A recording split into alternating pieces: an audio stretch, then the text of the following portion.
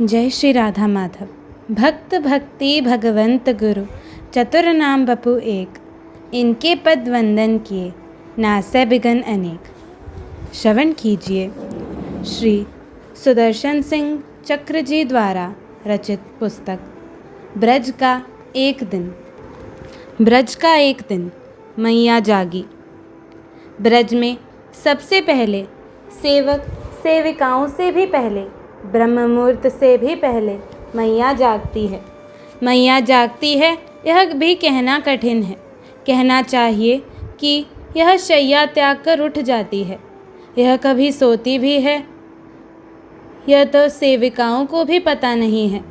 सबके भोजन कर लेने पर, सबकी व्यवस्था देख लेने पर भी इसे कुछ न कुछ काम स्मरण आता ही रहता है।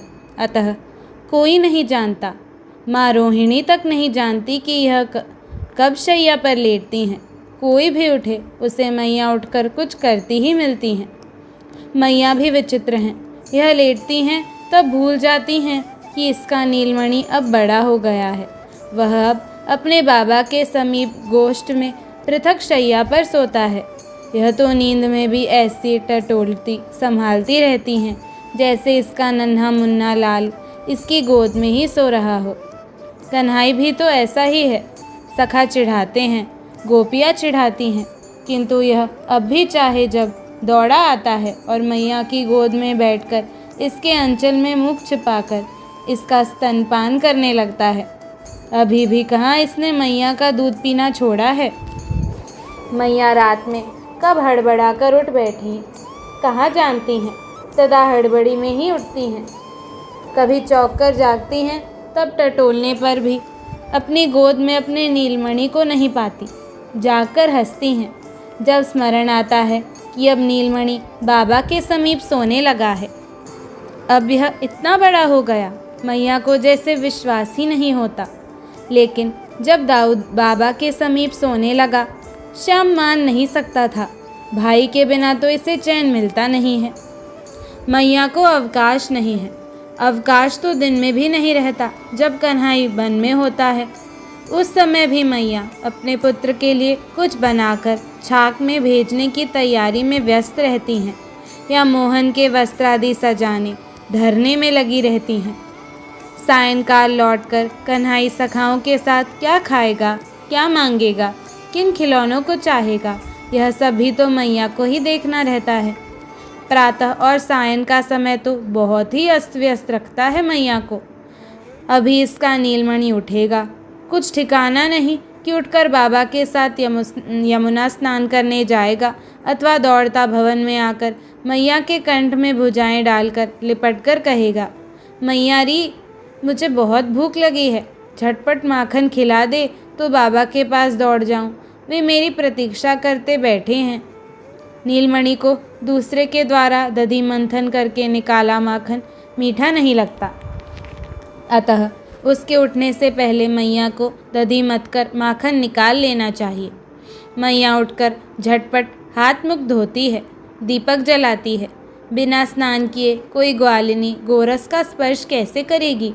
वस्त्र बदलकर हल्का श्रृंगार, केशों में केवल एक पुष्पमाल्य लगाकर भगवान नारायण को प्रणाम करके मैया दधी मंथन करने लगती है। मैया दधी मंथन प्रारंभ कर देती है तब कहीं सेविकाएं जागती हैं। ब्रज में जागरण प्रारंभ होता है।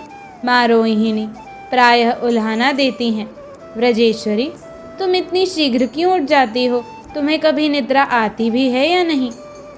मैया संकुचित होती हैं कि उसकी खटपट से दूसरों की निद्रा में बाधा पड़ती है, किंतु क्या करें क्या। पता नहीं क्यों महर को सवेरे उठने की पड़ी रहती है। बालक उनके समीप सोते हैं, उनके उठते ही न भी उठें तो जगा दिए जावेंगे। महर थोड़ी देर से उठे तो कुछ बिगड़ता है। नीलमणि का क्या ठिकाना है। उठते ही यदि दौड़ता आ जाए, उसे सद्दिन नवनीत न मिले, आते ही तो रूठ जाएगा। सवेरे सवेरे रूठे तो पीछे कलेऊ भी ठीक नहीं करेगा। महर थोड़ी देर न भी उठे तो गाय हुम्मा हुम्मा करने लगेंगी। भद्र या दाऊ उठ जाएंगे। मैया के नीलमणि को जगा देने वाले कोई एक ही तो नहीं है, लेकिन मैया का कोई किसी प्रकार का किसी पर आक्रोश नहीं है। रोष करना तो इसे भाता ही नहीं है। यह सब भी सोचते सोचते मुस्कुराती रहती हैं। सोचती रहती हैं कि सबको आज क्या क्या देगी कलेऊ में, किसे क्या अधिक रुचेगा। नीलमणि आया नहीं आज भवन में। मैया की दृष्टि द्वार की ओर ही लगी है, किंतु दधि मंथन करते हाथ शीघ्रता में चल रहे हैं। बीच बीच में दधि भांड में झांक लेती हैं। कितना समय हो गया, माखन ऊपर नहीं आया। मैया को शीघ्रता है। माता रोहिणी, कोई सेविका, ब्रज के किसी घर की कोई गोपी किसी क्षण आकर मंथन रज्जू मैया के करों से ले सकती हैं। ब्रजेश्वरी, आज मुझे अपने हाथों नवनीत निकालकर लाला को लेने दो। मैया किसी को मना कर सकेगी, लेकिन तब इसका नीलमणि उत्साहपूर्वक वह माखन नहीं खा सकेगा। तनिक सा मुख में लेकर उठ खड़ा होगा। वह सवेरे सवेरे ही अतृप्त रह जाएगा।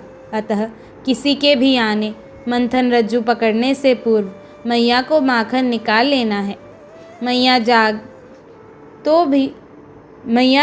तो कभी गई थी ब्रह्मुहूर्त के प्रारंभ होते ही, तो यह दधि मंथन भांड में दधि डालकर मथानी डाल चुकी और मथानी में रज्जू लपेटकर अब खड़ी होकर दधि मंथन करते हुए अपने भुवन सुंदर सुत की लीलाओं को अपने सुमनोहर स्वरों में धीरे धीरे गुनगुनाती जा रही हैं।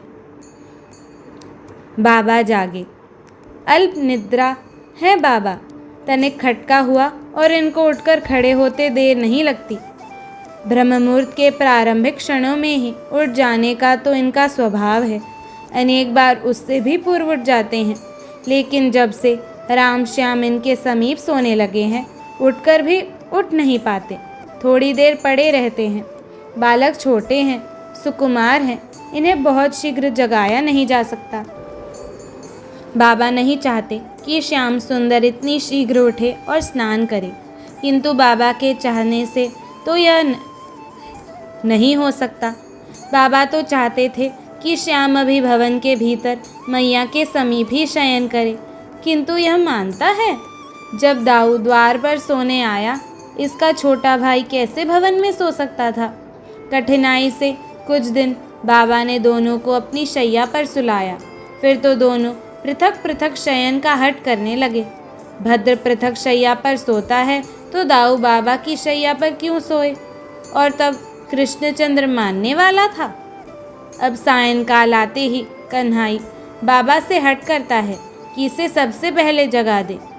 बाबा हाँ हूँ करके बहला देते हैं, किंतु जानते हैं कि वे पहले स्नान करावें तो श्याम रूठ जाएगा। बालकों को एकाकी यमुना स्नान करने जाने भी दिया जा नहीं सकता। कठिनाई एक ही नहीं है, पता नहीं क्यों भद्र को शीघ्र जागने का स्वभाव मिला है। यह सायंकाल वन से लौटते ही ऊँघने लगता है। इसे शीघ्र कुछ खिला देना पड़ता है। रात्रि का दूध तो मैया इसे नींद में ही किसी प्रकार पिलाती है, लेकिन सवेरे अनेक बार बाबा से पहले भी उठ जाएगा। उन्हें उठावेगा और पूछेगा, बाबा सवेरा नहीं हुआ। भद्र जाग जाए तो दाऊ कन्हाई को जगाए बिना मानता नहीं। दाऊ तो इसके दादा कहते ही उठकर बैठ जाता है। अवश्य श्याम इतनी सरलता से नहीं उठता। बालक विलंब से उठें तो गोदोहन में विलंब होगा। इनके बिना गाय दूध ही नहीं देना चाहती और फिर भवन के भीतर से मेहर की मांग आवेगी। बालकों को शीघ्र कलेव करने भेजिए। दूसरे सखाओं के आने पर नीलमणि को वन में जाने की हड़बड़ी पड़ती है, तब यह कुछ मुख में डालना ही नहीं चाहता। गाय ब्रज की देवता हैं, इनकी सेवा केवल सेवकों पर छोड़ी नहीं जा सकती। गायों को उठते ही चारा दाना चाहिए। बाबा चाहते हैं कि वे उठकर गायों को चारा डाल लें, तब बालक उठें। स्नान करके जब लौटे तब गोदोहन के समय तक गायें तृप्त हो चुकी हों।